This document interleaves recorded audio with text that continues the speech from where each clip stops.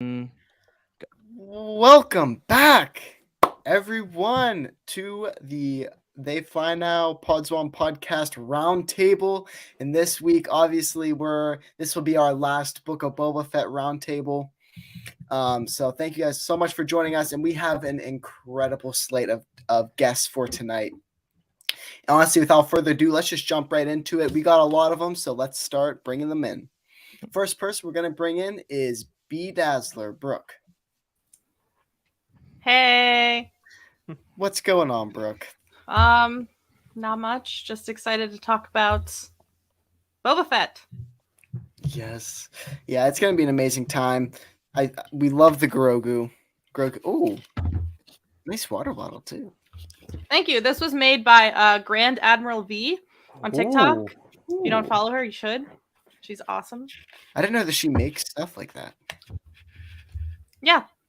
On Etsy? She's creative and she's a Thrawn. I don't Can't know get if she much better than sells that. anymore. I know she did at one point, but I mean, makes sense. That's someone who likes Thrawn and also makes art stuff. But, true. Yeah, so Brooke, thanks for joining. Who are you? Oh, you kind of already said who you are. And what was your favorite episode of the Book of Boba Fett? That's hard because I'll say 2. My favorite episode overall was episode 5, but if I had to pick a Boba Fett centered episode, it was episode 2. Yeah, I'd actually probably agree with you there. Both directed by women. I would just like to highlight that. Yes. Steph Green and Bryce Dallas Howard. There you go. Nice. Wow. Char got all the knowledge.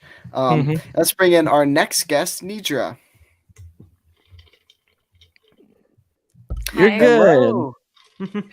Greetings and salutations. Hi, thank you so much for joining us. Yeah, no, I'm stoked. I love being here. I love talking about this. So this is like the best. So I'm Nedra. Nedra loves cosplay in most places. Nedra loves Jedi on Twitter. I'm a film school dropout, Ahsoka Tano cosplayer, and an iOS developer, and also Croissant Stan. Dang straight. Dang straight. And yeah, this may go without saying, but my favorite episode is 4. Yes. Agreed. Yeah, agreed. Makes sense. But yeah, thank you so much for joining. Our next guest is Julia. Hello, hi. Hi, thank you so much for coming on. We appreciate it. Thank you for having me. I'm excited to be here. Yeah, so same question to you. Who are you? Where can we find you? And what's your favorite episode of Boba Fett or I guess the whole series? So you can find me on TikTok at JuliaKupis, on Instagram at JulesKupis. I just do like random Star Wars content. My favorite Book of Boba episode, I think, is probably episode 5. Nice. Solid. Can't go wrong. Cannot go wrong. Yeah, thanks so much for joining us. And next up, we have Cal. Hello, I am Cal. I already know the questions. Find me on Twitch, Instagram, TikTok, all that fun stuff at Cal Forer. Pretty unified across the board. My favorite episode would probably be episode 2, and really honestly just kind of the whole flashback arc itself. Yeah. There we go. Yeah, thanks so much, Cal. And Pep, or Element 7. Oh, shit. Sorry. Hey, I got pulled in suddenly. I'm Fern, Element. Thank you so much for joining us, Fern. I'm Element 7 _ gang on TikTok, YouTube, Twitter, Lore Master Extraordinaire. Yeah, my favorite episode would have to be a mix of 6 and 7 for different reasons. Nice. Awesome. Nice. Yeah, I feel like when looking at the show, it's hard to compare episode 2 to episode 6 because they're so just drastically different, and they're just amazing in their own ways. Char, Hereth, and Luke, what are your guys' favorite episodes? We're missing one more person. We're missing one person. We're missing Chris. You forgot Chris! You're the lawyer. Wow. We're missing the law. Right over Chris. Oh my gosh, I'm so sorry. Wow. You had to do dirty. I'm gonna sue. Chris, I have the list of names I just read right over here. You have failed me for the last time, Carter. Don't worry, Chris. Carter is not responsible these days. And during Black History Month. Wow. I was Looking. What's up, everybody? I am Chris, aka StarWarsLawyer. You can find me on Twitch, Instagram, and TikTok at StarWarsLawyer, and on Twitter, Chris_SWL. That's Chris with a K and no H. So I'm not eligible for a Wordle puzzle. And yeah, my favorite episode was 5 and 6 because they're one episode of me, and no one can tell me otherwise.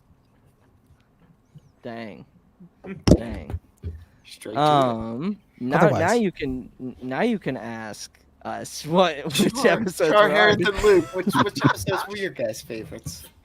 My favorite episode so far for the Book of Boba Fett, well, not so far. Well, my favorite episode so far, I said it again. It's been episode 4. I just love Boba as a whole in that episode. So that's my favorite episode. I just picture Char right now as like the anime thing. And then with the 3 blue lines and him going like this. Yeah. But yeah, I guess I'll go next since I'm talking. But you know, I really liked a mixture. I don't know. I couldn't really pin one down, but if I had to, it'd be 4, just because we got to see Chrysan rip some Trandoshan arms off. I loved it. I absolutely loved that. You know the vibes. Yes. Well, you were on for that watch along, and that was probably one of the I had a lot of fun with that one. But So in that moment, remember, I was like, oh no, this isn't my favorite episode so far. But then it was like, once we got everything else and we got the full picture, I'm like, yeah, that's my favorite. And it made the finale hit so much harder. Like I was like, oh no. What made it your favorite episode, Nedra? I'm so curious. I don't know.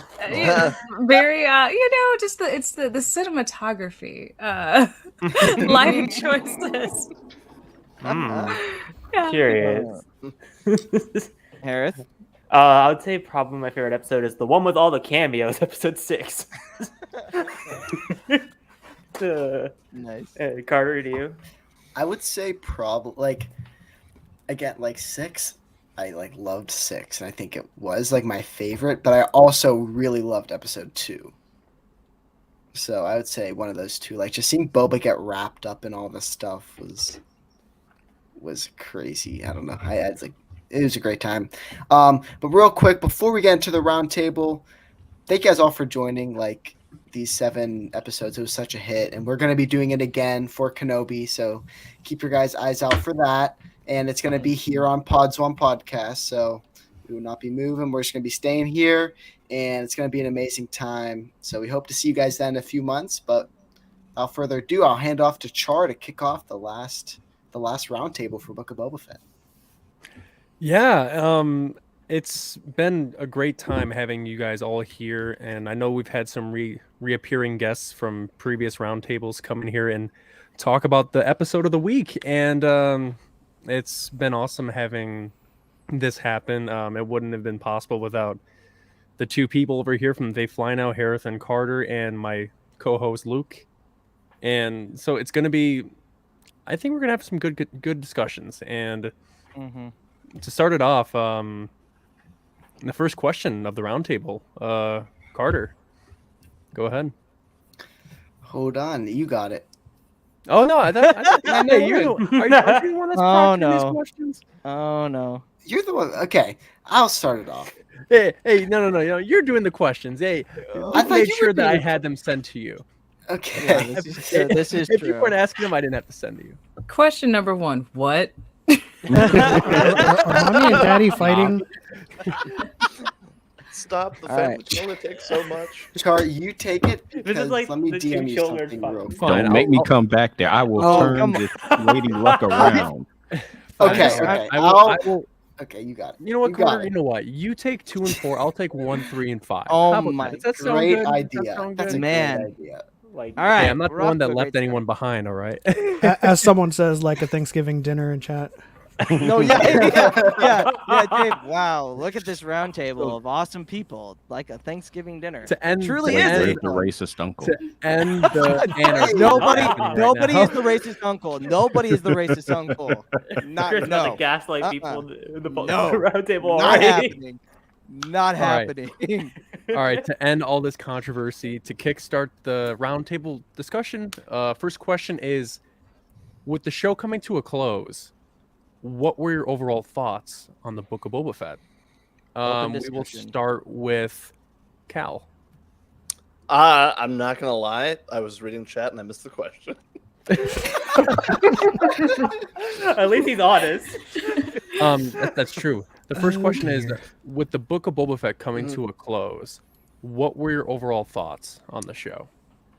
I mean, honestly, I'm always the kind of person that finds joy in really anything Star Wars, no matter how big, how small. So at the end of it all, I loved it. Was it exactly what I expected? No. Are there things that I wish would have been more of a focal point and some of the other characters more of a focal point? Sure. But you know, I had a dumb, happy grin on my face throughout every episode, so I can't really complain about it. There were some things that I was really hoping to see. One of which was a character cameo that almost made me flip my entire desk. So ultimately, yeah, I'm very pleased. Wish it was longer. Don't know if we're getting a season 2, hopefully, but we could use more Boba Fett. Yeah, still up in the air. Yeah, for sure. Also, I know we do this for every episode. Spoiler warning: if you haven't watched the season yeah, finale of well, Book of Boba Yeah, Fett, go watch if you're it. watching this and you haven't seen Why are you No. Why are you here? Don't worry, brutally we got a honest. spoiler Turn alert. the audio off at least if you're just trying to watch people hang out. Yeah. Are Losing you the Much of a here? track with Star Yoda's Wars dead. Fans, like, here you No! go. Oh man. Yeah. but, Also, again, it's a discussional. If you guys ever want to just hop in, just do it. But Yeah. same question. We'll just go around in a circle. Julia, next up. So I really enjoyed Book of Boba Fett, and I agree with Cal. Like pretty much everything Star Wars brings me a lot of joy. So I mean, I'm not picky. I'll take what I can get. But I really enjoyed how the show kind of humanized Boba Fett, and it like showed us like more of his backstory and stuff like that. So I really enjoyed seeing like that side of him. Kind of on that really quick to just jump in there because that just sparked a thought I've had way back with like the first stuff we ever got of Boba Fett. It was always very mysterious, and you know, some of Legends content really humanized Boba Fett. Some of it just turned him straight into, you know, Mandalorian bounty hunting, killing machine, and stuff like that. And both are fun. But what I really liked about this is exactly what Julia said, is it really kind of cemented the humanity part of Boba Fett, while we have now like the Mandalorian show to kind of show that aspect of kind of almost two sides to the same coin of what we got for Legends originally with Boba Fett. So for me, it's cool that we kind of can still have both things, but now we get to actually have the definitive, like, this is Boba Fett. He is actually like a character with humanity, like you said. Yeah, for sure. And I think some people like didn't like it because it did that. But like, I don't know. I thought it was super interesting, and I thought it was the best way to go about And it. that's why we have like the Mandalorian and stuff like that. Yeah. So it's like this fan base has been fighting for their lives. Where aren't they fighting for their lives? That's the more When important isn't the question. fan base fighting for their lives? No, this in particular has been kicking this fan base's ass. It's been amazing. So like it's kind of like in the show, like watching the finale, it had the same vibes as like, okay, we're doing an open book quiz, right? and the teacher is walking by and stops right by your desk, taps and says, check y'all's answers. I just want to remind y'all this is an open book test because all of the answers are right there in the show. You have Cad Bane explaining stuff about like why exactly he's like, oh, you've gone soft in your old age, and Boba's like, yeah, we all do. And it kind of like is literally painting out the fact that this whole thing has been a sort of allegory to the fact that it's about aging and facing your own mortality and your own invincibility as a human being. And it's just like people have been fighting and clawing and scratching. Also, this the fact that there's so many people who have ignored 20 years of canon and just thought they were going to hop in and be able to just have the best time of all time, and they kind of got a taste of the same thing they give people when they're like trying to like gatekeep. And when they realize they've been ignoring about 20 years worth of canon, they realize like, oh, I can't actually gatekeep Boba Fett anymore. I don't know. Yeah. Luke? Who wants to take the wheel next? It looks like Luke wanted to say something. No, I agree. Like it was so funny because it's like for me, I kind of came in with I didn't really have expectations. This wasn't my I wasn't like all for it. Like I was like, I'm gonna enjoy it because it's Star Wars. Boba Fett, is he one of my favorite characters? Absolutely not. But like I want something new Star Wars all the time, so I wasn't gonna complain about it. So like first episode, like even after the first episode, what we got, I was like, yep, I'm all in. Like I don't care what happens. Yeah, we got some moments that were a little rocky, but like overall as a whole season, if we do get a season 2, I think season 1 did a lot for Boba Fett's character. Because we have to remember, he only got 6 minutes in the original trilogy of complete screen time. So there wasn't much that we knew background-wise of what type of character Boba was. So I think it did a lot of good things for his character, that's for sure. And that's what I think is the most important part of this whole show. I really feel like this is every time you rewatch it, I think you're gonna pick up something a little bit extra that Boba said that will like hint at his character development a lot more. So that's like something I'm just eager to just rewatch the entire show 6 months, a year down the line. I think it's gonna be a lot better than it is now, and I already enjoyed it a ton now. Yeah. The Book of Boba Fett is a weird cocktail for me. It's one of those drinks that kind of like go down a little bit weird, but has a great aftertaste, where, you know, it is one of my least favorite shows out of all of the projects they have come out with so far, but it has some of the best moments in Star Wars, and it just kind of brings you back in those moments. But what I really loved about, you know, there are some, like, I have some criticisms about its storytelling, but overall they were able to kind of bring it around and kind of close this mini book of Boba Fett really well. In particular, my favorite part was the showdown with Cad Bane, because it was very symbolic in that Boba Fett lost to Cad Bane fighting as the bounty hunter and won as the person with the gaffy stick, the person that was stronger with Tribe. So like it was kind of like goodbye to my old self. Here's the new one. Here's the new me. And so like it turned out to be exactly what I thought it was going to be.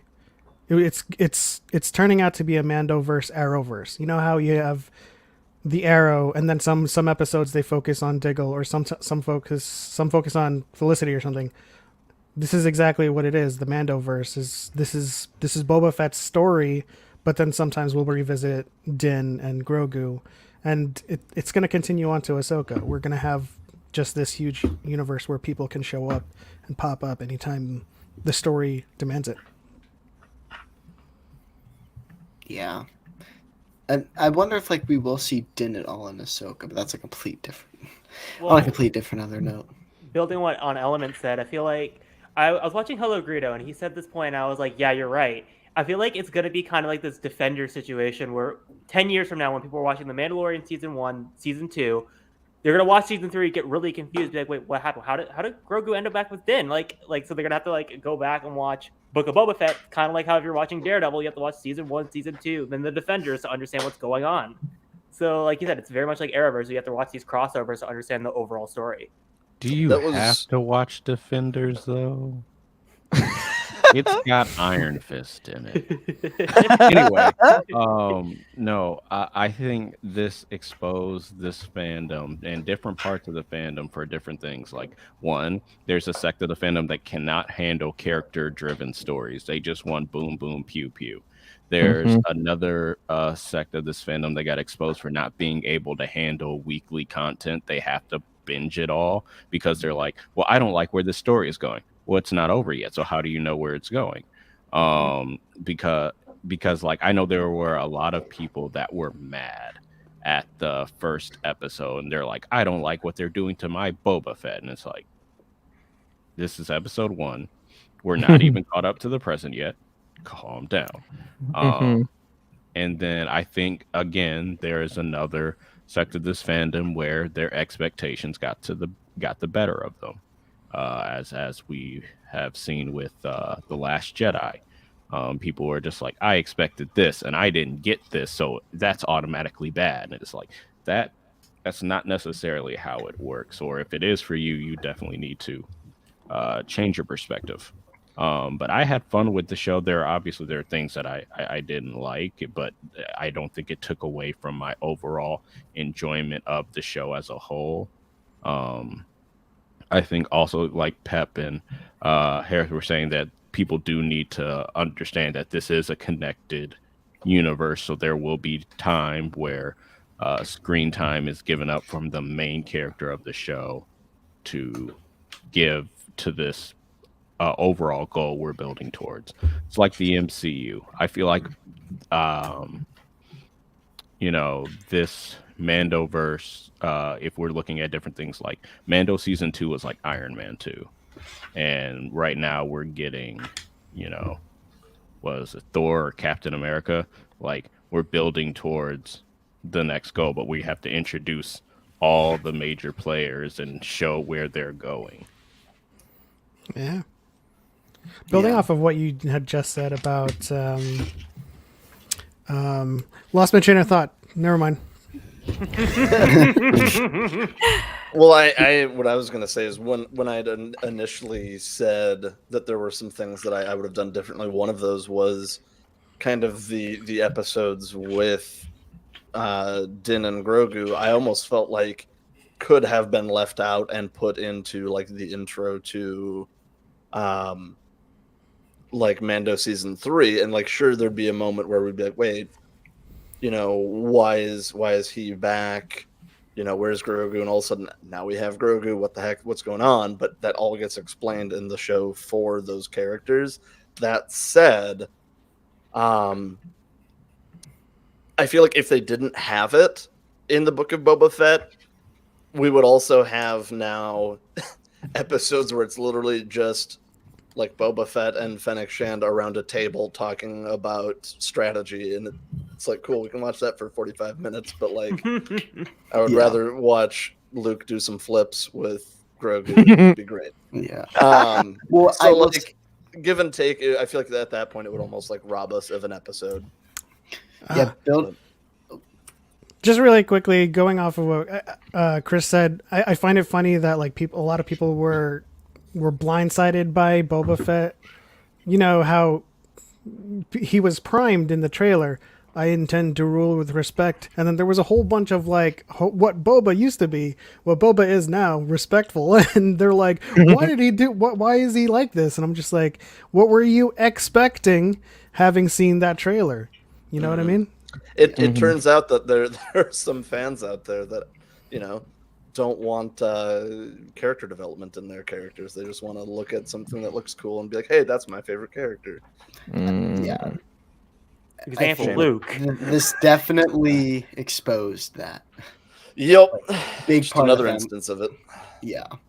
And building off what you were saying about like the episodes where we went full non-Boba. It's like I think they like that stuff was really cool, and I'm kind of with you, Cal, with like I think seeing 45 minutes of Boba and Finnick strategizing would be kind of boring, but I do wish we would have seen in probably the full Din. No, probably episode 6 would have worked better. Just seeing him train the Rancor, I think would have been really, really cool, and something that they like could just put like a 10-minute montage or 5-minute montage of him learning to train him instead of the full episode being them. But I think my theory was when we didn't see Boba for an episode and 80% of another episode, I was like, you know what he's doing? He's practicing riding the Rancor. That's what he's doing. And what did he do in the finale? He rides the Rancor. So I was like, yeah. Mhm. And also, I want to respond to Pat's comment about people would complain about Grogu's ability to tame the Rancor. No, they wouldn't have, because Grogu's a boy.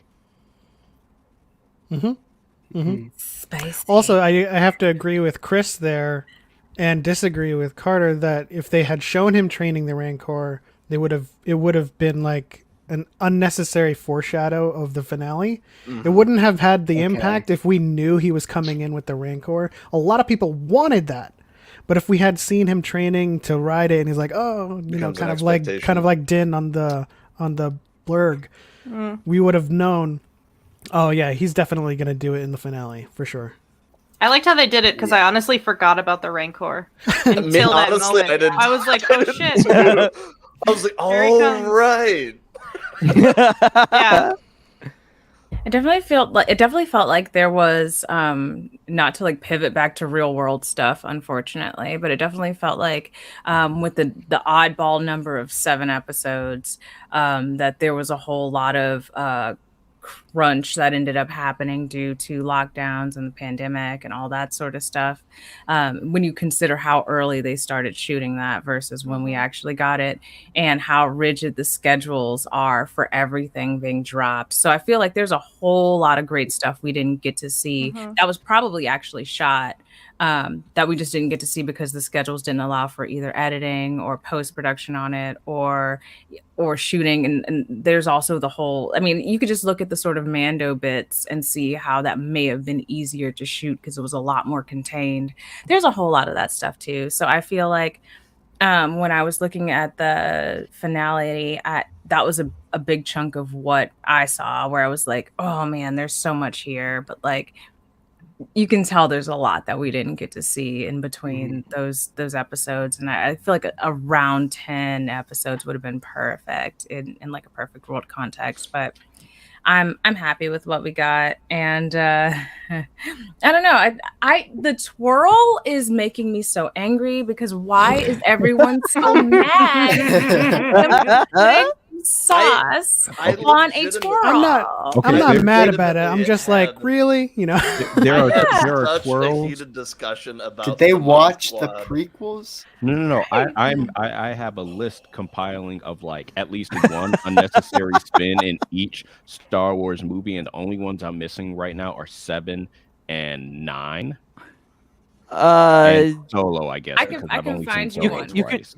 I can find you one by 2 p.m. tomorrow with nail polish. On the fight in 9, on the fight in the Death Star, Rey does like a very unnecessary flip, like onto the through the water. There it is. It counts. We're Oh, counting. yeah. We're Yeah. counting. Yeah. There you go. Yeah. Instead of a spin this way, it's a spin Because like this she way. could have just gone through the water like Kylo did and looked like a wet dog, but no, she was like, I am going to do this flip right now.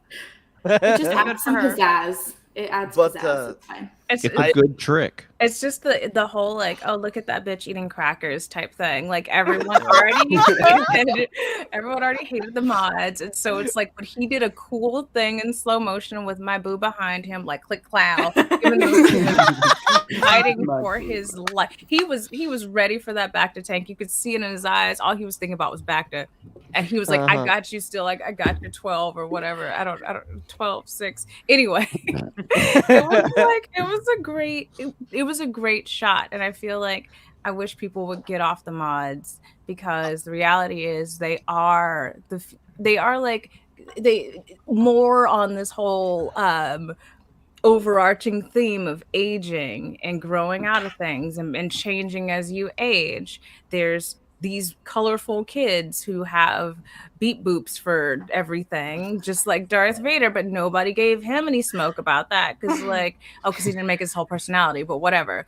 I feel okay, so he turned- strongly about the mods. I legitimately had a heated discussion at my work with one of my coworkers about it because I feel like deep down the mods are a lot of Star Wars fans.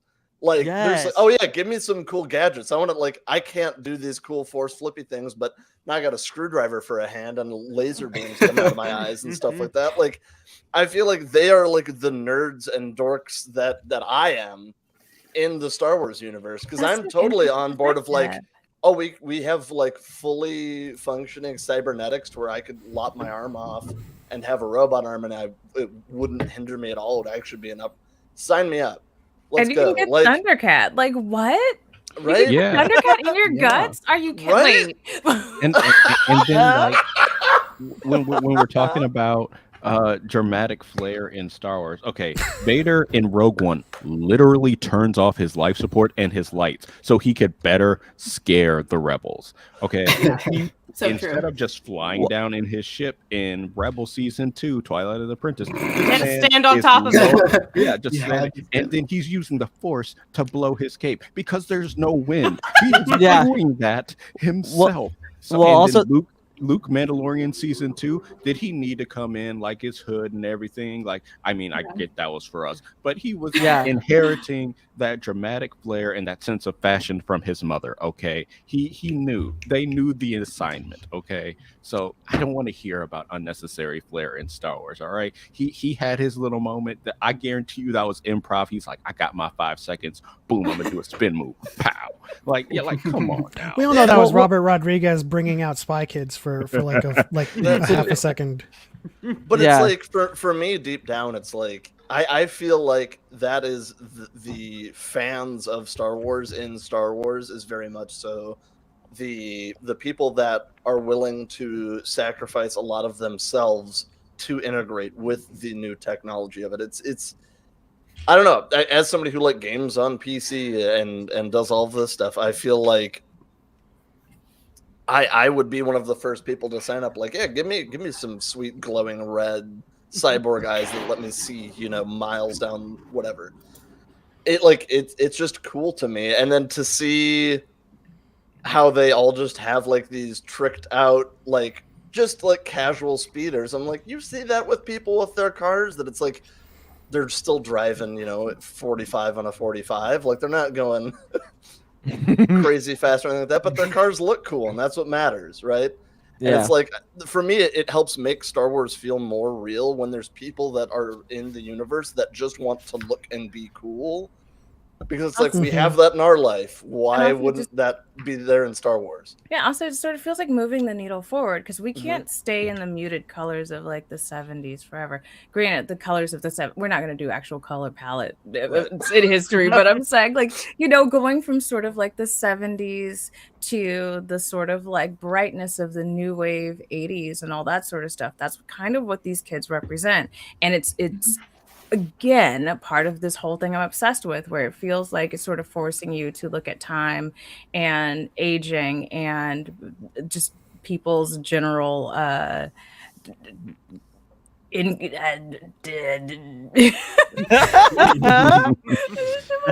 She's thinking about Chrysanthemum right now. Sorry. He's really old, y'all. And really strong. And I could brush him. I could brush him. He needs to be dramatic for sure. I hadn't thought about. Sorry. No, there was nothing coming out after that. I hadn't thought about what Nedra said about like the number of episodes, and I feel like they're still trying to find their footing in terms of storytelling and how they can approach this platform because it's still very new. And they're starting to find it because whenever we watched Bad Batch, Mandalorian season 1 and 2, we would get excited if the episode was like 40 minutes long.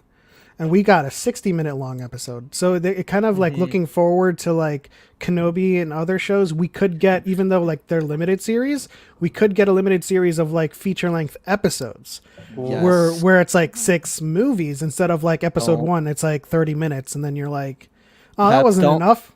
Pep, don't play with me right now. Element, you know how Luke is with Kenobi. Don't name it. Kenobi. Not to only harp on the mods, but I think Pep can actually back me up on this. I feel like having a lot of the youth be kind of the loud, the vibrant, the technological, and kind of that gang style of it. Like if we ever get a Nar Shaddaa in like live action, that's gonna be what's everywhere. Mm-hmm. And so, like, for me, like, that was just a little taste of it. I'm like, yes, give me more of just, like, the rowdy, the colorful, and the not so, brown, gray, and serious. Like, for me, Star Wars cool isn't to get to see the fun side of it. Star Wars isn't just Corellia or Tatooine. Mm-hmm. Right? We need to get off Tatooine. Mm-hmm. But that's a whole Kenobi, we're going right back to it. I don't like sand. Yes, and then the mods kind of represent how, like, in the small town, how like most pop punk songs are about, I hate this town, I can't wait to get out of here. And so like the whole sort of energy of these mods are like they hate being on this muted single palette sort of town planet. And I think that's something a lot of people miss because they just were so icked out by the brightness of the colors and the cleanness of their bikes, because like maybe they clean them off because they take pride in it, right? Yeah. It's taking the sand and the organic out of their lives, because that's all that's around them. Absolutely. But it's like people forget that it's like, what were some of the things that we loved about the prequels? We loved a lot of the colorful planets, like with Naboo, all the ships, the clones, and stuff like that. A lot of them were like clean, colorful, and awesome. So it's like it's the same stuff. It's just it is out of place on Tatooine, but that's by choice. Yeah, it's not lost on them. Mm-hmm. In the way that they incorporated the mods later in the season with like modding Finnick, and at the end we see modding Cobb Vanth, like that's just really cool. And I think everyone, like the moment they saw them, they automatically wrote them off and said, no, these things are dumb, I don't want to like them, and they don't pay attention to what they're doing later on in the season. I'm sure if you put some of those people that were hating on the mods in the Star Wars universe, and they could have gotten like a bionic eye, that they'd be like, sign me up. 100% my point. Yeah.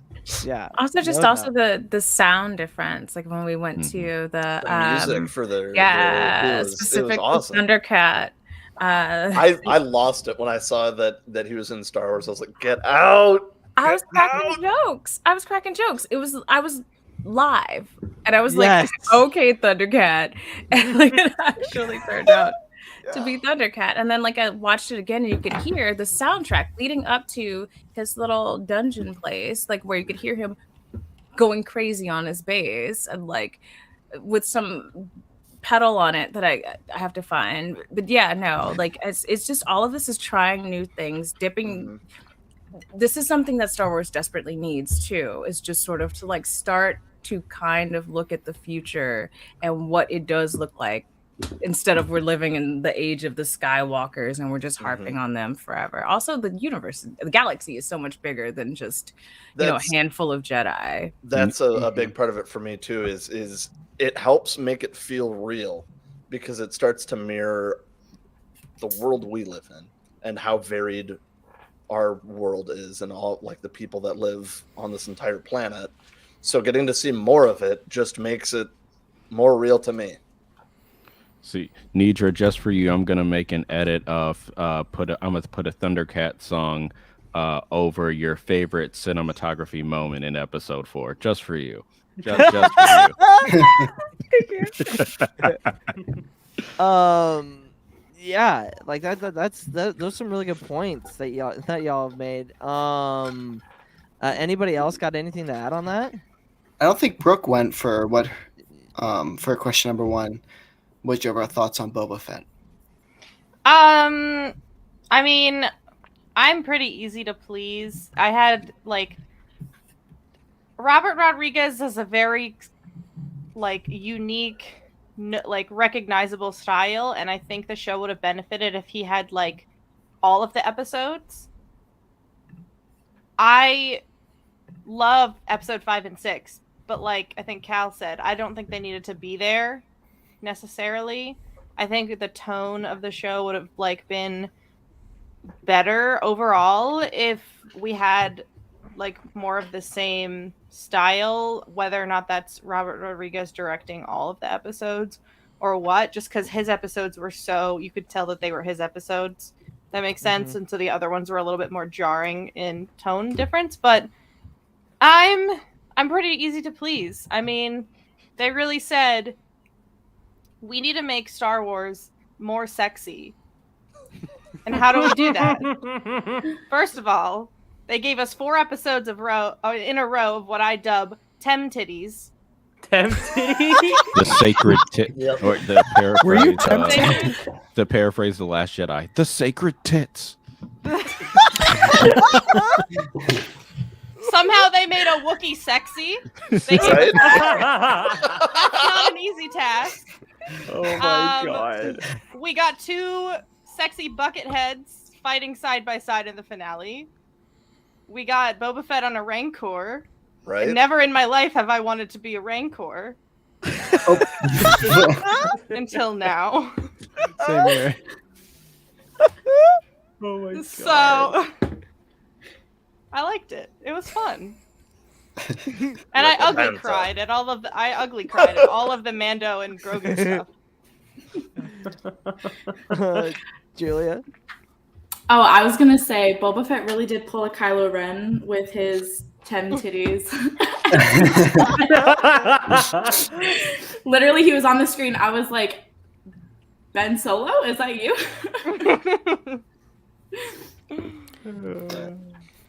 But yeah, did everyone go?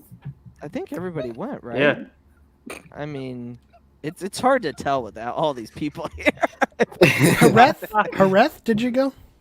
I went. Yeah, Hereth. Hereth. I went. I went. Luke, did you go? I can't even remember if I did or It's not. just so been chaos. I'm sorry. I just jumped in. I jumped in the middle of the conversation to talk about how like it was similar to Defenders. That's all I said. Yeah. Oh, yeah, that's right. That's right. Char? Yeah, Char. Was Answer your own good. question. I just love like what Cal said. I love the different elements between the Mando part of the show and the Boba part of the show, because those scenes with Mando and Grogu and Luke, that all sets up Ahsoka, it all sets up Mando season 3, and it all sets up for what we're going to see within the next year from now. So Yeah. All of that was, I think it was relatively necessary. And just when there was good Boba parts, they were really good Boba parts. Mhm. Especially the scenes from episode 2, scenes from episode 4, where he blasts the Nikto gang. Not Brooke We laughing at know you that saying there were a good few Boba good parts. Boba parts. Good We Boba know parts. there were. Brooke just talked about them. And then like Brooke, like I would love to be a Rancor and just just have Boba just hold the chain around my neck, or my nose, I guess. I'm just saying, I have We my had septum rails. We're pierced no too. longer on.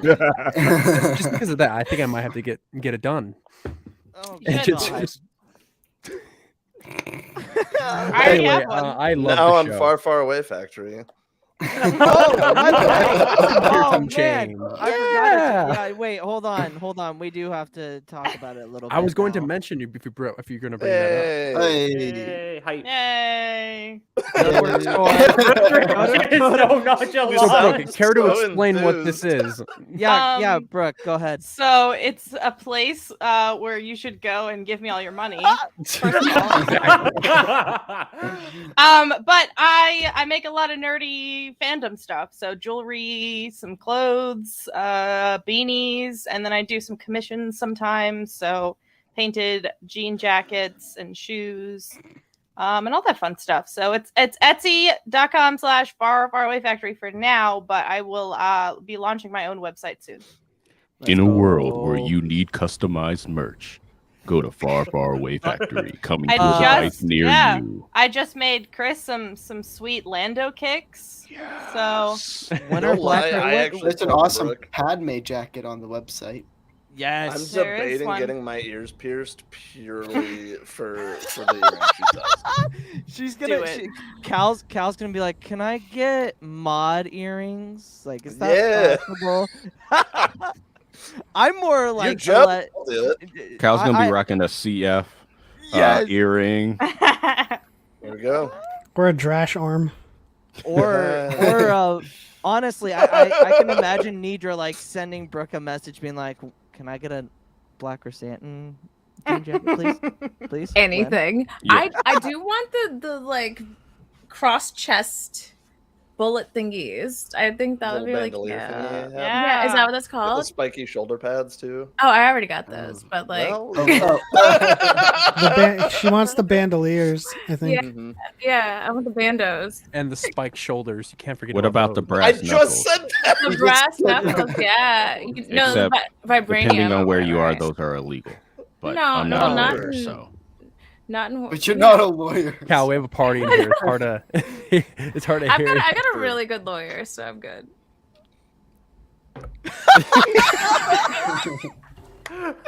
You're chaos.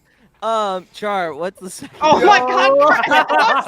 I think I've had those glasses. Oh no! Do we all Hold on. I don't red and round glasses now? Is that what's going on? This is just like the last round table where everybody grabbed a Grogu except for me. I'm glad that not everybody. No, come on. No, Grogu's staying over there. I love how many of us just have Matt Murdock sunglasses at the ready. Grogu always stays by Ahsoka. Yeah, this is. Oh shush, mine is too. I have the cardboard cutout, and he's in a basket next to her. Whoa, nice. That's amazing. Sorry, Chaco. Nedra is now part of the dyad. No. Sorry, we are not. Limited. Yeah. We also have Yoda though. Vin, put those bricks away. Oh. Dyad could be a triad. I don't know why. We talk about the binary. Let's make it a triad, you know? All right. Char. All right, now we're moving on to the second question for today's roundtable. Wait, does Carter have it? I thought it was 1, 3, 5, and 2 and 4. Yep. Go. I got you. So, the second question we're going to be asking today is, what was your favorite moment of the episode? The finale was jam-packed with a ton of great moments, but personally, what was your guys' favorite? And let's start with Fern. Okay. I'm going to go anyway, like really quickly, because I talked about this. It was the showdown with Cad Bane and Boba Fett, just simply for the symbolatry around behind him leaving behind the bounty hunter and embracing the gaffy stick and losing as one and winning against as the other. Nice. You're all free now. For me, it was the Boba and Din working together, and it's just like this is the first time they're like actually fighting together, but they're working so in sync. And it was just really cool to see. It was funny because before I saw the episode, I saw it was like Din and Boba in a comic, and they were like fighting someone, and then Bo was like, "Nice shot," and he's like, "Thanks, Dad." Bo was like, "What?" That knee pose. That I was gonna say that. Yeah. Yeah, that was cool. That was doing the Heisman. Mm-hmm. I understood that reference. I didn't. Neither did I. Oh, wait, like the Heisman like trophy? Also, like Luke, I pose. just realized Oh, you misspelled my name on the little crawl you have at the bottom. Of course I did. Oh, Shame. Luke always does We something are a wrong on that. freaking mess today, but go ahead. I'm Next about to person start up. grittying, man. It's so chaos. I'm about to start grittying. No. Nobody wants to see that. Well, look, yesterday on the podcast, when you had Liv's thing on the bottom, it said go follow her. Instead of you said TikTok, you said Tick OTK. Oh my TikTok. god. TikTok. Oh man. I'm F getting the chat roasted. for Luke. Pod ones after Yep. dark. Yeah, Whenever Luke yeah. gets a typo, too he busy gets reading. grilled. So Pod Yeah. one's on demon time. Demon time. I don't think that exists, but Yes, Julia, it does. no, Chris, it doesn't exist. Leave it alone, okay? Dude, that Stormtrooper eye poster is looking at me real funny right now. Hey, hey, it's there for a reason. Julia, what was your favorite part of the episode? I also did like the Boba Din kind of showdown, but I really liked the part where Boba was kind of like accepted by the Tuscans, and they like made him his like gaffy stick and like gave him his whole like, I don't know what you want to call it, like his like little outfit. Because like something I love in Star Wars is like found family, right? And Boba was, stuck in the Sarlacc pit for so long, and he finally like was taken in by these people and was finally like accepted. And I just think that was like a really powerful moment. Nice. And then what was your favorite of this episode? This episode, yeah, the Boba Din fight, obviously. Nice. Awesome. Nice. Cal? Man, there's just so much that was just so good about it. Honestly, like all of the set pieces really were just fun to watch. All of the different like snaps to the different districts and stuff like that, for me, it was just really cool to kind of see all of these puzzle pieces starting to fall into place, and like it just kept getting worse and worse and worse, and it just kept building that tension. And then you get the droids coming out, and it was straight up like, I like, even with the people from Freetown coming in, I'm like, they don't have anything that can really help them with this, unless like Luke or Ahsoka or somebody comes to save the day or something crazy. And then you see the Rancor hand come over. I'm like, oh, right. Okay. That. So for me, like, especially like Brooke was saying, I completely forgot about it. So for me, that was one of those moments where I was like, oh, yeah, okay, this is gonna go kind of one-sided now at this point. And it was just a blast to kind of see how they handled the Rancor's animation and stuff like that. And just like seeing it fighting, because all we really got to see of a Rancor was, these more like kind of giant model style of it, with it doing very basic actions. But it's really cool to get to like see it climbing and jumping and running around on stuff. And like there's somebody trying to hide behind a pillar, and it's just like, oh no, I'll just go through the whole pillar and grab you. And stuff like that. So like just getting to see all of that, and then having it end with the adorable Grogu snuggle was just, yep. I was like, okay, I'm content. I'll add on to that. Grogu's first word. Hello. So cute. Yeah. Nedra, what was your favorite part of the episode? So, no, I think just sort of the whole Scorsese-esque unveiling of the danger of everything, where everything just sort of felt a little unsettled at first, and then all of a sudden you realize, oh, it's a trap, and everyone has to get from point A to point B to like collect each other, and there's just like this looming threat of everything. And then of course, this young man who was tossing around threats and joined everyone and took on a very physical burden of a very gladiator-esque way.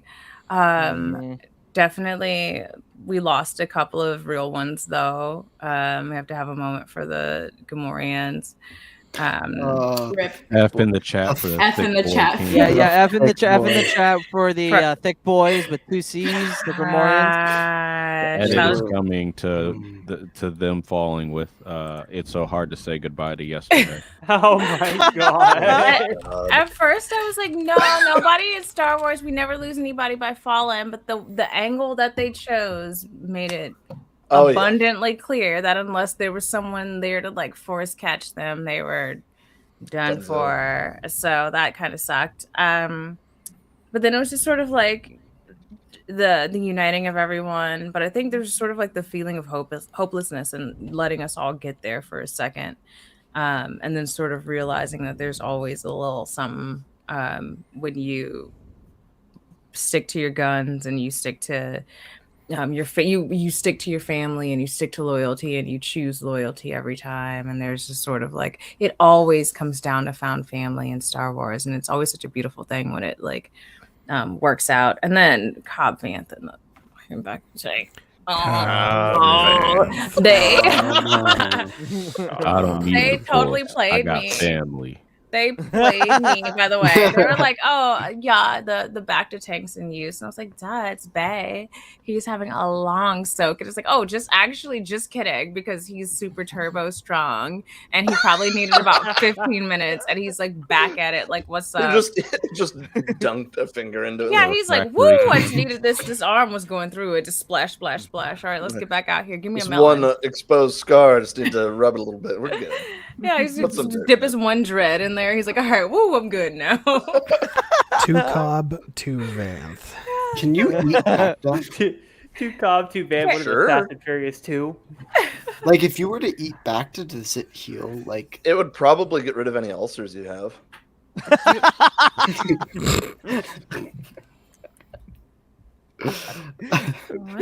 There's no canon. I do not think you can ingest it. Yeah, what is Why not? Bacta, though? Lord God, what is High Bacta? Republic? Bacta? Have you read High Republic? No, I can't read. Oh, It's an audiobooks. Those That's are the always way my you go. excuse, and that's why I listen to audiobooks. Did Yeah. Mark Thompson do those? Yeah. Yeah, Mark Thompson has done a lot of them. Yeah. No, Wait, I wait, think he's carried me can't through read. Thrawn. Like, I love Thrawn, and like that's the whole reason I've been able to like keep my Thrawn thing going. But like, yeah, I need Thrawn. I need Mark Thompson to read everything for me. Except for Mace Windu. Get someone else to Yeah. do Mace Windu. Yeah, That was Mark Thompson and Mace Mace Windu make Mace Windu. It seems like Mace Windu is from New Orleans. Yeah. Oh. Yeah. No, it's unfortunate. Bacta is like it's a mixture of agricultural stuff. Mm-hmm. The chief ingredient being a barley from Hetzel. You can totally drink it then. Yep. Why do they have why do they have rebreathers though when we go into Because one? you'll suffocate You'll if you're in a drown. tube. Same way you'd like suffocate if you went into Jello, I guess. Why would Like you you- go into Jello, Carter? We see Luke survive, That's the been, cold like- on Hoth only to That's drown been in a a back to goal tank. of mine. A goal of mine is to go in a tub of Jello. Wait, What someone are almost- we? Wait, All sorry, right. What the hell? I feel like I'm in school again. Wait, someone almost drowned in a Bacta tank? No. No, Oh, I no, but I'm thought saying I thought you I would thought drink, I like, thought if you Chris didn't said have that it. Why are we Luke talking about almost drowning? drowned in a No, Bacta How no, did I'm we just get to saying this that- point? Oh No, I my was just God. saying like we see Luke survive the cold on Hoth only to drown in a back to tank in Empire. That would be There we hilarious. go. That would be hilarious. Except Brooke. it keeps healing you, so it's just torture. Yeah. What was your favorite part of the episode? Looking. I really liked the moment between Mando and Boba where they were kind of talking about like they were a little bit stucky. I'm with you to the end of the line. But I think it kind of showed where both of their two like headspaces are at regarding their belief system. Because we have Boba Fett, who's used to being alone and a loner, and he's kind of found like they're almost like foils of each other, not quite exactly, but they kind of have like mirroring character arcs where Boba is a loner and now he's got this found family, versus Mando, who grew up in that sort of community where you all support each other, and he's kind of had to back away and process where he's come from, and like I would compare it to like religious trauma almost, and how he's kind of like had to unlearn the stuff that he has learned, and then take into account what he's learned from people like Boba Fett and like Bo-Katan and those Mandalorians that do take their helmets off and things, and he's found his newfound family with Grogu. So I kind of liked that, the way that they had that conversation right before all the action started. It was a nice little pause or breather before all the action started. So I really appreciated that. I think that was like honestly my favorite. Nice. Chris, favorite part of the episode? I did mine. Oh, you did? Okay, who hasn't gone? I'll say it again. You know. Who hasn't gone? I haven't gone yet. Okay, I have go, to say Charlie. my favorite scene of the finale was when Boba goes to save Chrysanthemum when he was Yes. about to get shot down. Not because of the fact of what I said to you during the watch along. It was the dialogue between Boba and Chrysanthemum, and it was so funny because right when they get behind the transport, Boba's like, "Welcome back, Santo. I have to confess, I thought you were gone. I owe you a nice long soak in the bacta tank when this is done." I was like, and then he's just like, "Yeah." Yeah. He calls him Santo. Yeah, I died. Like, so I guess I'll piggyback off of Char's. I knew, I had a feeling when Fennec Shan was like, "Yeah, we have Chrysanthemum in the Trandoshan area." I was like, "Why? Why do you put him with the Trandoshan? There's too many Trandoshans there. Like, Yeah, the but boy is he in probably trouble." gave him the That's like- bloodlust to That's get a- out of it. That's a lot Yeah. of arms that's a lot of arms that are being regrown. I mean, Like, they're probably put him there because they're like, okay, they remember what he just did to like 4 of them a few weeks ago, so they're probably not gonna cross him. And then they did, and And it didn't. he was probably They like probably walking could've past, washed dropping anybody else. arms. Like, Mhm. now what we learn? Yeah. And, Smacks like, him with one of the arms. When And you have a barbarian in the party, you want them to rage. This Mhm. is true. This is true. I would love to see And- Santo rip off an arm and then just hit someone in the face with a baseball bat with their own arm. Oh yeah. I mean, like, seeing him like go down, and I was like, "Oh, fuck! Like, come on, you can't do this." And then like 10 minutes later, you just see a bunch of pikes go flying, and then there's my boy like hobbling along. I was like, "Let's go! What a You can't trooper. stop him! You can't stop him!" And then he gets shot some more, and I'm like, "Oh Tank. God, we're not safe yet. We're not Oh, yeah. safe yet. No." I'm gonna do it. I'm gonna do an edit of that scene with Adagio for strings on the background. Oh my God! Like, that whole time, I was just like, and then like also like Din and Boba Fett, like how they were able to like work together and coincide and do all that stuff was pretty awesome to watch. But I like watching R2 drop off Grogu was so wholesome and so funny because it's like I forget her name. She comes up to the X-wing and is like all nonchalant, Pally? thinking that Pally. Pally shows up and he's like, she thinks that it's like a High Republic like person, and she's like, "Oh, I've got all of my stuff," and then all of a sudden you just see little Grogu, and she's like, "Oh," and I was like, "Okay, that's cute." Like, you had me going for a while that Luke was Very gonna bad show time up. for you to be here. Yeah. No, not a good time. And then A like lot the of whole people back are and mad forth- at that. Oh, I I didn't- loved it. What? That I love that it. Grogu, that Luke, like the joke is Luke FedEx Grogu there, but people are Yeah. mad. They're like, why wouldn't Luke drop him off himself? I'm like, okay, Because what R2 is what good experiences does Luke have with Tatooine? Yeah, And none. also, Yeah. Also, are you kidding? R2 got is Jedi like stuff one in it, of too. the most legendary Responsible. spies in Mhm. all of huh? You're And not also- safe for them with R2. Get out of here. right? Art's And then kind of if Luke- chaotic though. Yes, this is true. True. If we've learned You anything might break from a last limb, episode, but you'll get there. You'll You'll live. get there. All right. he does, but he also gets distracted and goes to a spa in one of the episodes in the Clone Wars that we just Yeah. talked about. So But did you die? But the other thing with- Almost. But the other thing with, Luke is like, if Luke was there and Luke didn't help out, because if Luke was there, he's going to personally hand Grogu to Din. If Luke is there, him seeing Boba Fett would have been hilarious. I'm not going to lie. yeah, it But would have been. people would have been mad that he did not help out. Yes. But And that's, that- that's Jedi. yeah. It's not Jedi business. And then at that point, it wouldn't even be fair. Right. It's not Absolutely. Jedi business.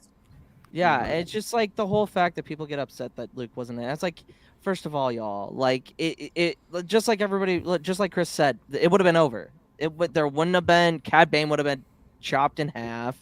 Like, And we wouldn't have gotten the Rancor. We wouldn't have gotten to see Exactly. baby Grogu sleeping next to it. So Yeah. No, also like the fact that people were mad about the fact that they made him choose. Imagine how mad they would have been if he would have had to say, "Well, this isn't something that's pressing that I need to be interfering it as a Mhm. Jedi." Like Mm-hmm. people would have FedEx. lost their minds. Not Yep. to mention he gave little Grogu his choice. We didn't Mhm. have Yeah. time to see that play out, okay? But we got to see R2 drop him off and make sure he was with someone safe. Yes. You know, he beat booped a couple of times. It was like, you know her? You sure you know her? She looked kind of crazy. Yeah. Like, Where her I was eyebrows? until I see you get into the house. Yeah. Yeah. And then he takes off. Hereth, what was your favorite part? Well, it's the same as Element 7. It's the Cad Bane Boba showdown. Like the whole show is kind of just building to that point where the Tusken Raider and Boba's bounty hunting life just forms into one, and that just the hype of the whole battle, like Cad Bane beating him down, basically it's just basically the bounty hunting is just beating him basically, and then Boba coming out with the gap stick and killing him finally. Again, I felt like that was just an excellent moment Kill of the entire him. show. Okay, he let's say he's dead. No one's ever really gone. Oh man. I will say no one has talked about Boba Fett getting his own do it moment. Yeah. Oh I yeah, love that's that. right. That's right. Do it. This is my Yeah. final lesson.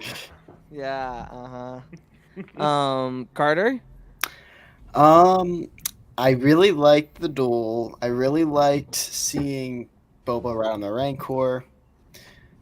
And I think my favorite aspect of the episode was just how it tied together all of the new aspects of the show, like the mods and the Rancor and Din. I think it just tied them all together really, really well, and I just loved how they all just kind of worked together in that last episode. Did you like the Melu run? Oh my gosh, I did. I was like, "Is that Melu run?" And I was like, "Yeah." I was like, "Oh my god, this is awesome." Just like, why does the Wookiee get fruit? Hey, you try and take it from him. Oh, Yeah. No, that boy, he earned that Melu run, and I don't care what y'all say. He earned that Melu run. Does anyone know what kind of droids those are? The little rat catcher one, or No, the big Scorpinex? Chungus. Scorpinex They're called Is that what they are? Scorpinex Annihilator. Are they droids. in Or anything something like else? that, yeah. So they It were was, concept Concept art art. for Attack From of the Clones. AOTC. I just want to say on that note, all of the Attack of the Clones references that we got in this show, as your resident Attack of the Clones stan, I just have to point that out. It was amazing. Hey, Cad Bane Yeah, dropped that's Jango true. Fett's name. We got Jango name dropping in the Phantom finale. Yeah, fans yeah. and Attack of the Clone fans ate this series. That's all I'm gonna say. We Mhm. did. But We but did. on that note, this show also kind of felt as another farewell to the Clone Wars. Yes. especially with the another flashback to Order 66. I can't Oh, wait for the God. Kenobi flashback to Order 66. Yes. I hope we see Kenobi and Yoda. Ugh. I hope we see Quinlan Voss.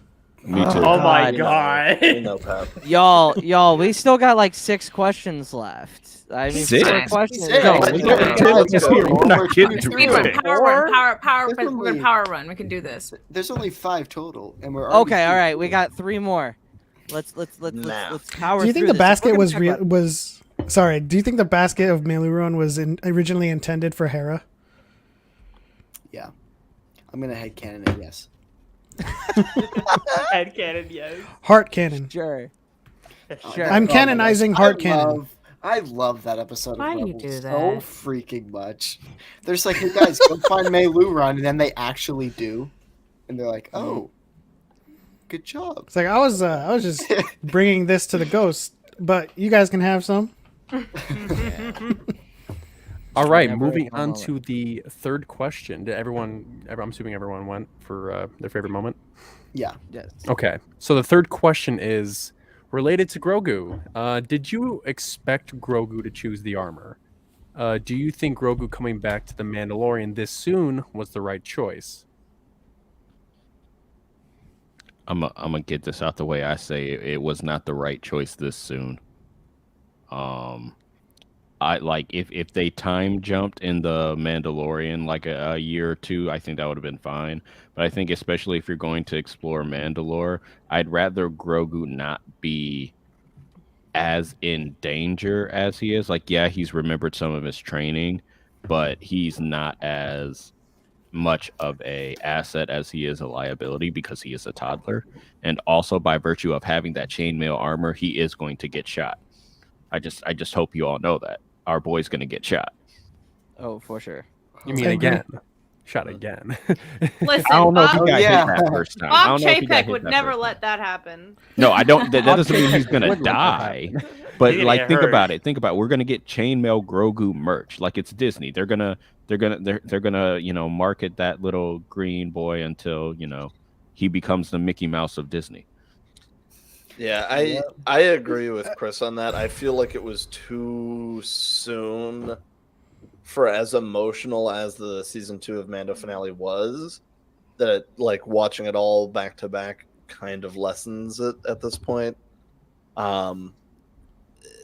Is it still sad in the show? Yes, but I feel like it should have been postponed until Mando season 3 at the earliest. But I'm with you there, Cal. again, I'm still I happy with love what we it. got because it was adorable. Oh yeah, So- 100%. That jump into his arms. Oh, Worth it. Mm. To build up again what Cal was saying, as I agree with the whole thing, but also to answer Char's other question about the armor, I knew 100% he was going to pick the armor. Why would you leave that as the end stinger to the episode before the finale if he wasn't going to pick the armor? You don't just put that as the end stinger for nothing. I just really wish that we would have got that cliffhanger, and then it wouldn't be answered until Mando season 3. that's so what then I it thought lets it it was going to be sink for. in and like. And then when you had all of the like promo posters of like Luke kind of levitating the lightsaber parts in the yellow kyber crystal, I was like, oh, he clearly chooses the lightsaber Mm-hmm. because like we get to see this journey with Grogu in that, and then to kind of see it immediately undone, I'm like, okay, so not only does that kind of lessen the sting of the emotional ending of Mando season 2, but then it completely undoes the cliffhanger you guys set up. Like it should have been a cliffhanger that was left until the next show to kind of push that show. Like go watch Mando season 3 to find out Grogu's choice. But again, sleepy baby Grogu, always a delight to see. Sophie's choice? No. Grogu's choice.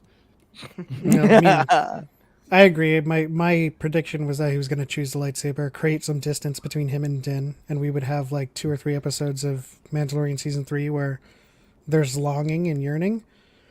And Cal's correct. Given the timeline of events that we've seen in Book of Boba Fett, from that episode, from the parting to the sizzle to when we see Grogu is about a couple months. Mm-hmm. That's not they couldn't handle it. And so I kind of wanted them to create like Chris was suggesting, like a year apart where he would come back a better Force user. And it would also like create more of an impact to Luke to see that, that ultimatum was essentially his hubris all over again, Yes. the Jedi hubris all over again. So he chose the lightsaber, but still ended up leaving. You know. And my big question about this is, I feel like whenever Ahsoka and Din were talking, I feel like Din kind of made amends with, okay, yeah, I have to let go of Grogu. Mhm. That But kind now of undoes all Grogu's, that. but now Grogu's back, and I feel like what's gonna happen is Din was obviously extremely excited to see Grogu, but I think what's gonna happen in Mando season 3 is it's gonna be Din realizing that he's not the best for Grogu, and then he's gonna go back to Luke. Yeah, But that's do we, I- do I we just need feel the like same story again, though? Because that's kind of what Yeah. Mando season 2 was. True. Yeah. It would I just be just, retelling the same thing and be But Carter, same think of, episodes. sorry, I just really feel like what Ahsoka said to him stuck, but But I Carter, don't think know. about it this way: when Din was using the dark saber, his mind was clouded because he had not fully come to grips with letting go of Grogu. And in that Yes. moment, he does, because he listens to Ahsoka and he's like, he let go of his attachment. So he's probably not going to be fighting the dark saber anymore. Another reason why Grogu could have stayed with Luke, like if he learned a few lightsaber techniques from Luke in that year, then he could go back and teach Yeah. Din, which would have been hilarious. yes. Yeah. And then- That was then something he- that I was actually really wanting as well. It was like the reversal of getting to see Grogu actually like very hilariously poorly teach Din how to do something, because I feel like Din's always kind of the lost dog in every scene he's in. Like, what is this? Where But am now I? we can What's get going Ahsoka on? teaching him lightsaber stuff.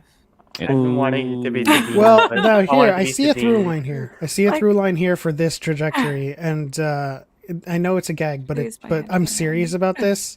This is a great opportunity for Quinlan Voss to come back. Oh my No, God. this is not part of the Not- gag. this Like is this not is the the gag? through line. This because is real. because I'm reading the comments and they're saying Allie is saying I don't think Grogu's journey with the Force ends here, and she's right. And I think, but his journey with Luke ends here. Mhm. I don't think Luke is the right teacher for Grogu. And one of the things that they pointed Ezra. out in that movie, Oh my! or Oh my one I of the things tweeted they about don't that. even. Don't. one of the things they pointed out in Oh that my episode was looking into Grogu's mind, but still that part of him was blank, and they need someone with psychometry. And Quinlan Voss could be that teacher for Din, could be Cal that teacher for Kestis. Grogu.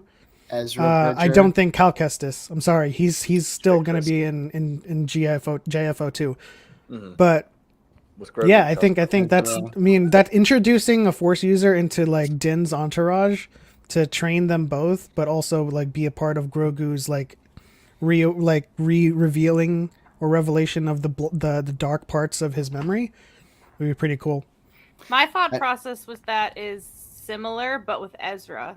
Yeah. Since we know that the Ahsoka series is leading to Ezra, and they kind of showed us that Grogu has or is capable of Force connection with the Rancor, with animals, which we Yeah, saw that's very true. heavily in Yeah. Rebels with Ezra. That would be And Yeah. on top of that, so as much as I love Ahsoka and as much as I love, well, we saw like Luke is still learning, as much as I love Ahsoka and like Quinlan Voss would be cool, but they are all like trained under the old Jedi Order. Ezra was trained very much by a non-traditional Jedi because Kanan hadn't like fully made it through. He was still a young Padawan when he was, when Order 66 happened. So him training Ezra in a more unconventional way could allow for Ezra to do the same with Grogu, and we know that the series of these are all connected, and we know it's leading towards finding Ezra. In this essay, I will. It looks like she's about to explode. Carter another explode. Wait. The Chiss do this. The Chiss do this. The Chiss do this. The Chiss You're have onto something, people who can tap into. The Chiss can do this. Mhm. Yeah, So that's that- true. that- Yeah. that- that- Ezra's that- not coming to together- check. No, but Ahsoka is after Thrawn, Mhm. who could possibly be Who's with maybe with Ezra, the- who could possibly Who be could with the be the Chiss. descendancy? And Can we could can get I? Oh my Ezra and Hold on, Thrawn hold on, teaching Mando hold on. combat and actually how to think. Don't even go there. Chris, Can I Don't throw out even an go there. alternate teacher for Grogu who we have no canonical death for? Go ahead. Yaddle, Wow. Grogu's mother. I'm just kidding. I don't know. Qui-Gon. Yeah, maybe Ezra- we don't know how Ezra this species would be reproduces. Canon until proven not. Ezra Yeah, would but be the Yaddle's perfect still out teacher. there. Yeah. Ezra would be the perfect teacher. Qui-Gon Jinn. I. Who is the father? There was no yeah. father. Yeah. No, father, I am. Oh, no. To channel my inner Shayla Ren, Yaddle and the Yadussi. Anyway, Nope. Nope. Nope. No. so how about those Braves? Anyway,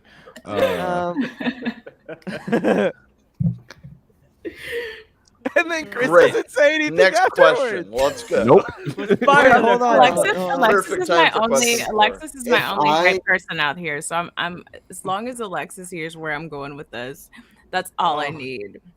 That If would be I interesting. saw Ezra training Grogu, I would lose my mind.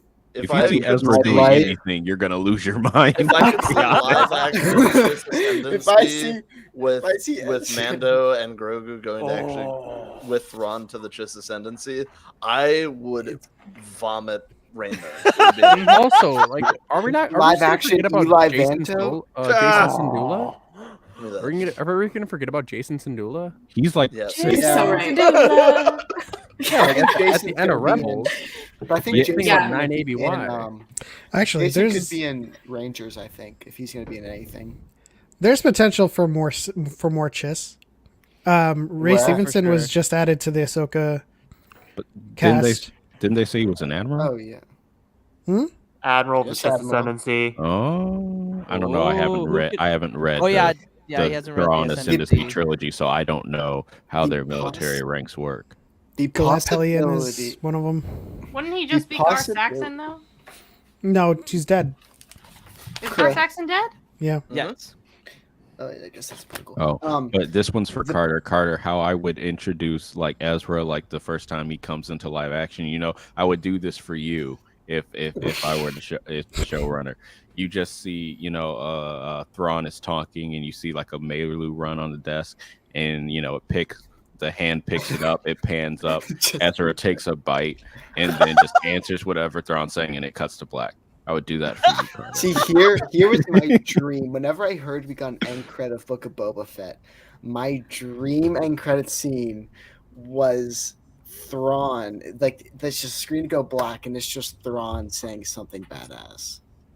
But like, it didn't. Perhaps. Just go from one cameo of blue red-eyed boy to another. No, but like, I'm saying just Thank like, God not even if it's just everyone. like one line, like, I don't know. Not everybody is able to appreciate art as I do.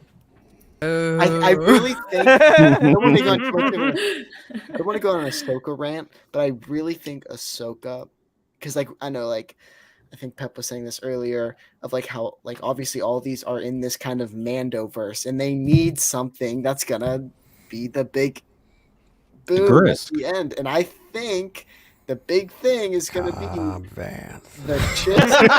Oh man. I think it's the grist. But Oh, I yes. just think Ahsoka is gonna be where everything and all these little pieces. So really, it's gonna be pieces from Rebels, pieces from Mando, pieces of Book of Boba Fett, Ahsoka's story are all just gonna tie into the Ahsoka show, and it's just gonna be insane. I don't know. That's why, like, at the end of Book of Boba Fett, all this has really done has gotten me like infinitely more hyped for Ahsoka, which I already was. So now it's just like I'm just itching for it now at this point. Yeah. Ahsoka is the show I'm most hyped for since we're never going to get the Same. Lando show. Aw. That's not Kevin true. the chat for Chris. Chat for Chris Lando Yeah. show. It's gonna come. We're gonna get who that has Lando it? show. Who has Pretty sure Chris is- Either one. Chris is like gonna be at the Disney offices. Whatever Ahsoka's paying you will match. Do is give us Lando. Who can hasn't bring you in answered the warm. question? Oh God. What Go was the ahead, finish question? it. Finish it. Or I can bring you in cold. Go. Okay. You can't lose that. What was the unfinished. question? The Did you expect Grogu to choose the armor? Yes.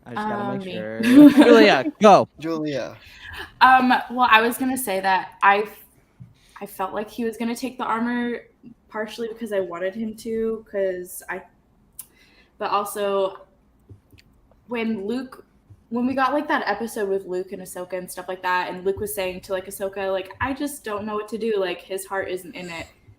I don't really know. Like, he wouldn't jump, right, and do all of these things that Luke was trying to teach him. So I think like from that, I kind of knew that he wasn't going to stay with Luke.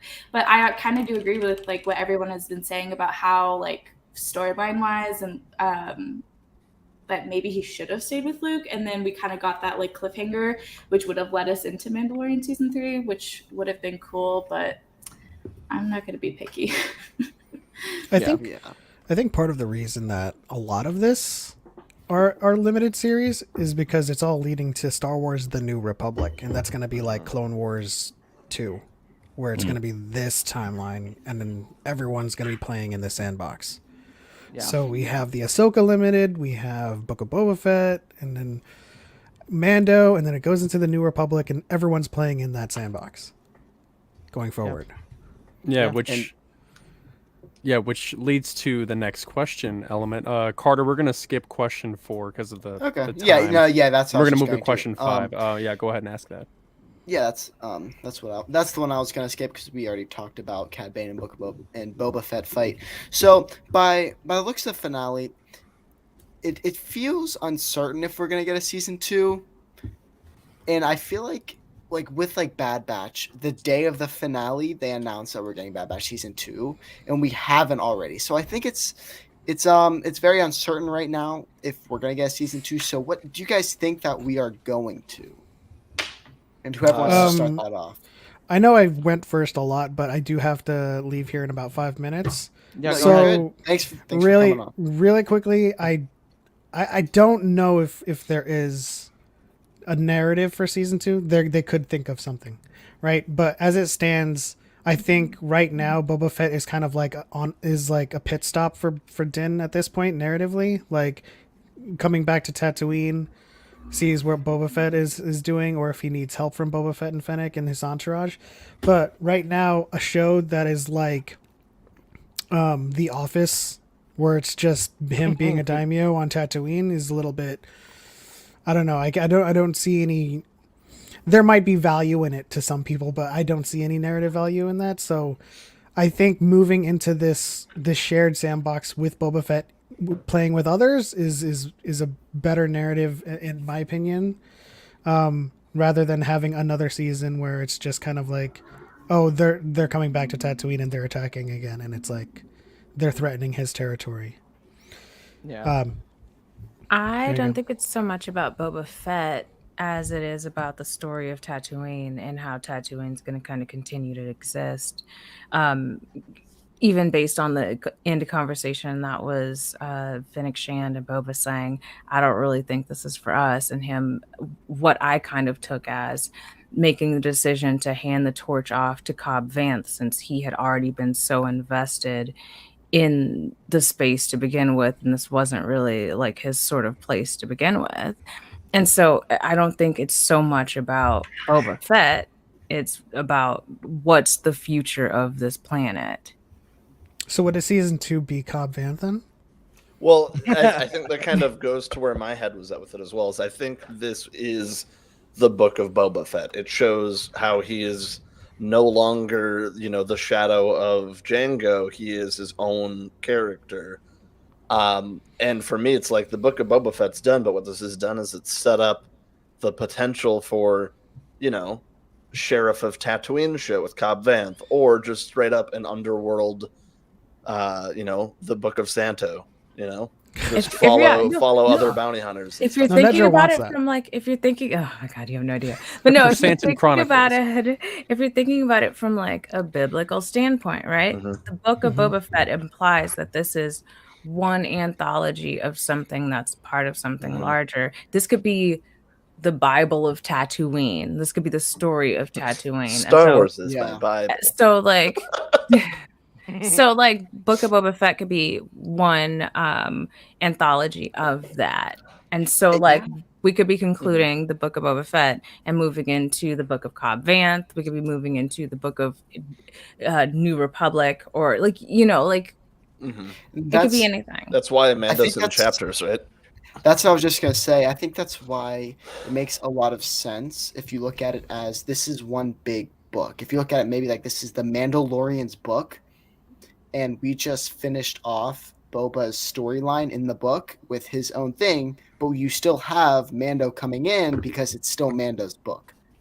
Mhm. That's kind of how I Or view maybe it. it's not Mando's book at all. Maybe it's just like in the Bible, Yeah. any Bible, where Just this all the era. stories aren't the same. They don't have the same people. Like occasionally you have people pop in and you'd be like, oh, here's a story of two brothers killing each other or whatever, you know, like it's that, but that's it's not like the whole story. the series Tales from the Galaxy's Edge, right?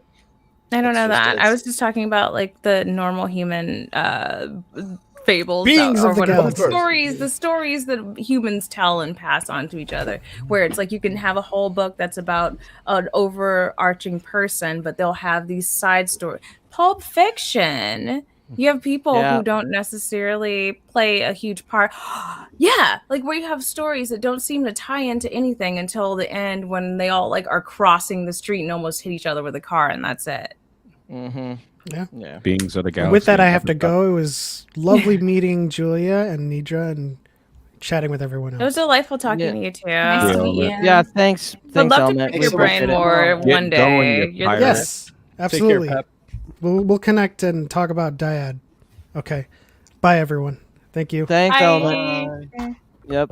Element said Beings of the Galaxy, so I had to shout out Camilla. Beings of the Galaxy, an episodic podcast, wherever podcasts are listened to by Camilla, Bam. aka Boricua Wookie. Thank you. Thank you. Luke, Chris. say it. Luke, say it. No, I said it no. so he didn't have to. I got Thank you. Thank you. But yeah, so I think there is narrative potential for a season 2, because I know there were several of us here on this call. Some of us may have even had manifesting circles with candles for a Kira appearance. I still think that there is narrative potential because the Pikes have to be selling their spice to someone, or they're reporting to someone. Last time we saw the Pikes do anything, they were reporting to Crimson Dawn. Last person we saw running Crimson Dawn was Kira. So I think that with that spice trade being cut off and there being such a rich spice opportunity in Tatooine, someone's going to take notice of that. So I think there could be a Book of Boba Fett 2 that ties into that, because in a post-Empire world where there's a power vacuum, you just took out one of my main suppliers. I'm gonna have an issue with that as a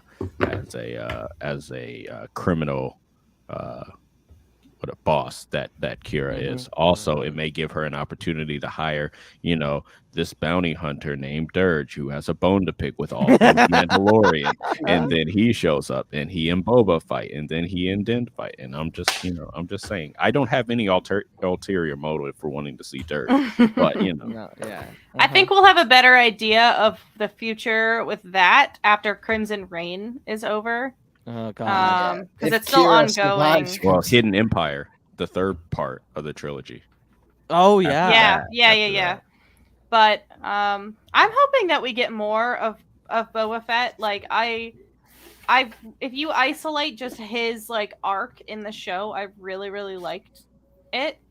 Was it always executed perfectly? No, but I think it did a lot for his character, and I think that his character deserves to have more screen time. I think like Tem deserves to have more, because he is literally just like so happy to be there, and it just makes me like so happy to see him and Ming-Na just like enjoying being a part of the Star Wars universe. So I really hope that if we don't get a season 2, I hope that they pop up in other things. Yeah, I just want to see more Fennec Shannon in general as well.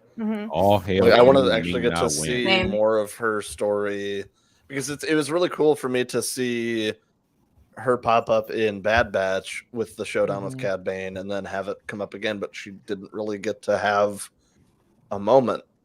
So it was like that felt kind of lacking for me. So I'm like, I want more with her And honestly, like I joked about it, but I do want to see more with Black Chrysanthemum as well. And I was honestly really hoping for a boss cameo in the Trandoshan district because the Pike Syndicate was, hiring other bounty hunters. I wanted to see a showdown between those two and see some arms get ripped off, but Yeah, me it too. is what it is. Yeah. Yeah, my heart couldn't take it one. Also, too, clearly we had some time constraints, and that was the biggest thing that it gets real obvious when you start to look at it because there was so much room for all of that kind of stuff, right? But consistently we ended up with sort of like it's also, this is a fat cast. Like, this is a really heavy cast load. And then you have a lot of really heavy stories. That's why you cannot convince me this was originally intended to be 7 episodes, because it is so much. So I just hope that there is a season 2 in some regard. There's a season 2, and so sorry, I saw Kitty. I don't know what to do. There's a season 2 in some regard, and that we can flesh out some of these characters more. I think that Chrysanthemum had a hell of an arc.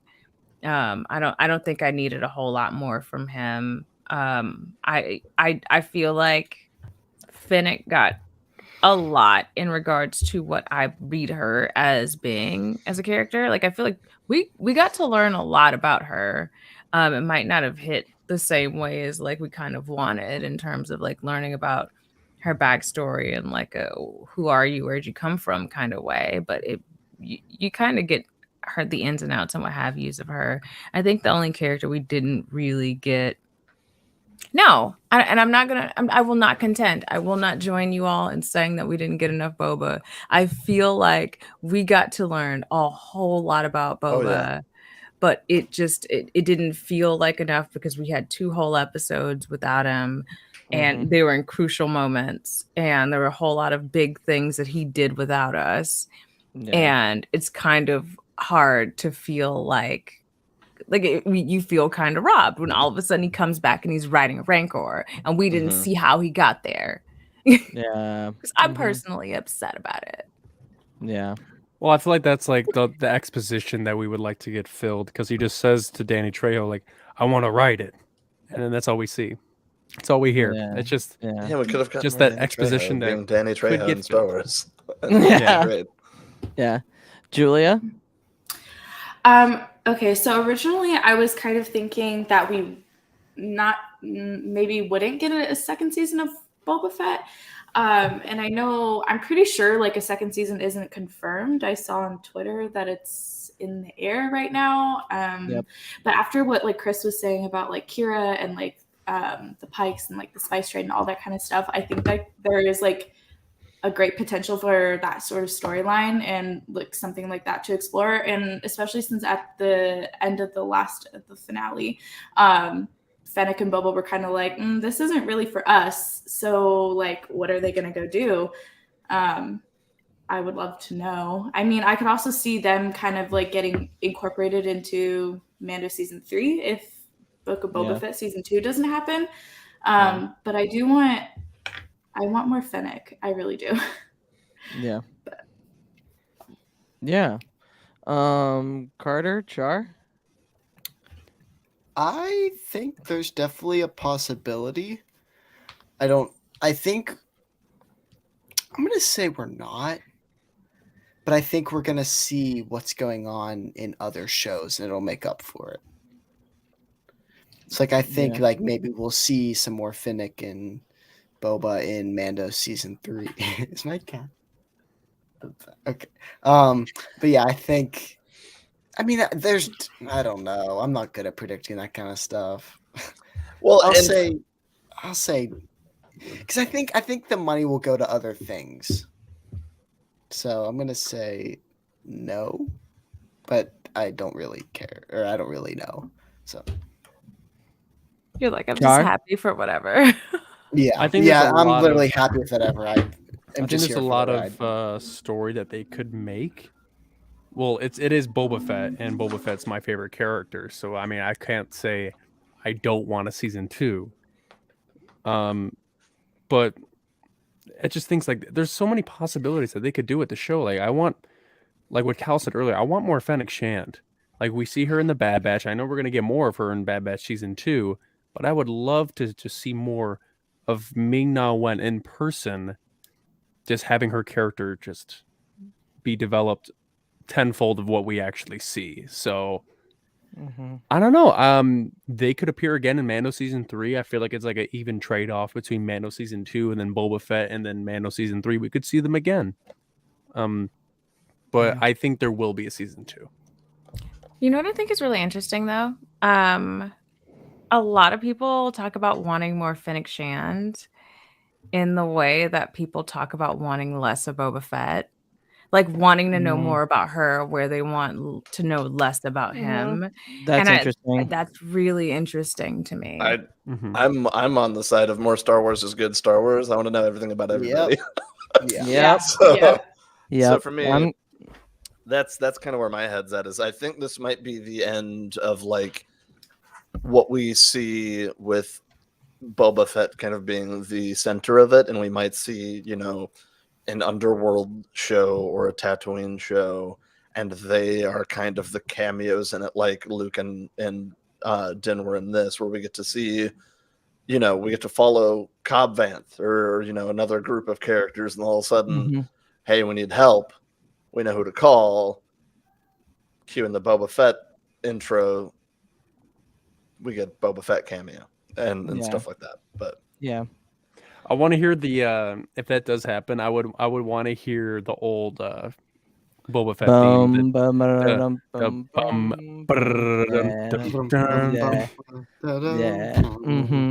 Yeah, I That'd be agree. cool. I don't know if we're gonna get a season 2, but I whatever I'm good with. I'm just game with, so we're good. Yeah, but I think this would be a good time to wrap it up, right? Everyone. Yeah, absolutely. So thank you guys all for joining. We had an amazing time with all you guys tonight. So real quick, just go around. Who are you? Where can we find you and your content? And we'll just go with Julia, Nedra, Brooke, Chris, Cal. I'm Julia. You can find me on TikTok at JuliaKupis. You can find me on Instagram at JulesKupis. Thank you so much for joining us, Nedra. Thank you. I'm Nedra. Oh my God, I was saying it wrong. Good job, Carter. Cartier. My name is Nedra. I'm Nedra Loves Cosplay on TikTok. I'm Nedra Loves Jedi on Twitter. And yeah, I do Ahsoka cosplay in addition to analyzing stuff. And I promise for realsies, I'm going to drop a full-length YouTube video, because this is why I am the way that I am on these, because I don't get these thoughts off in like a way that it's good. I'll get it. I'll get it. Guys, you can get a whole hour of me just talking like this, because, you know. But thank you. Yeah, absolutely. Thank you, Brooke. Hello and goodbye. You can this was great. Thanks for having me on again. It's always fun. You could find me on TikTok, Twitter, and Instagram _bedazzler_, twitch.tv/be__dazzler, although I'll probably change it so it's all uniform. Far Far Away Factory on Etsy, soon to be farfarawayfactory.com. And that's all the places you can find me for now. Maybe in a future podcast hosted by Bedazzler, but that's still in the works. So Make it happen. We'll see. Make it happen. Cal? Yep. I thought Chris was going to go first. Oh, Chris. Either It's one. like present. It's fine. Nope. I'll go last. It's fine. Nope. Go They let left. Cal's my friend. I'll let Cal go. No, Cal. Well, you're my After you. friend. I'm going to let you man. go. Oh, You're a man. gentleman and a scholar. Go ahead. It's all you, buddy. Fine.